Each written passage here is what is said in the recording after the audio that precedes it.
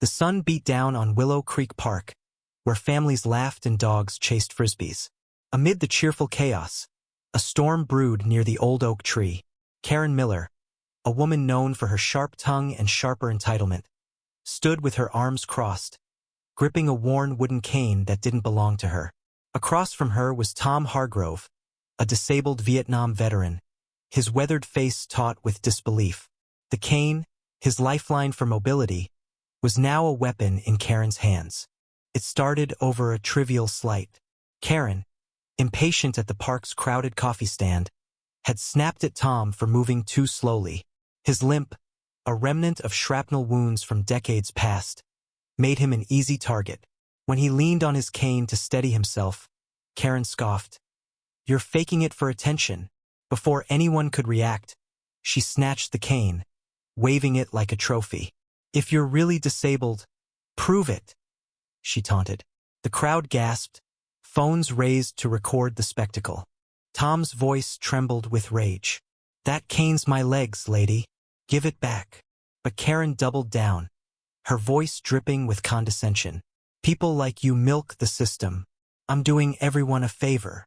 The park fell silent, the air thick with tension. A young mother nearby whispered, "She's gone too far."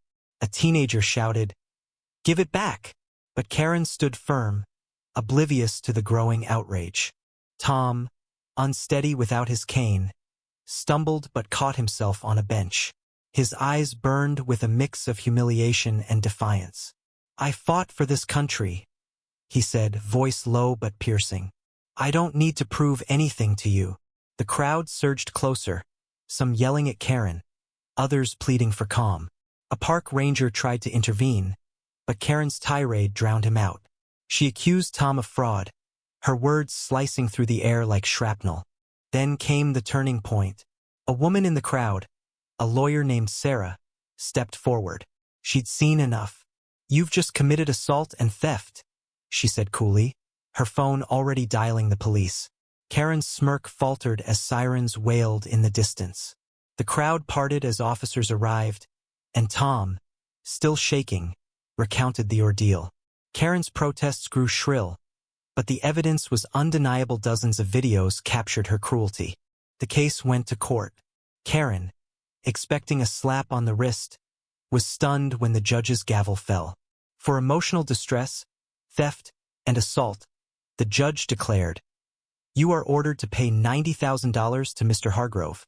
Gasps filled the courtroom.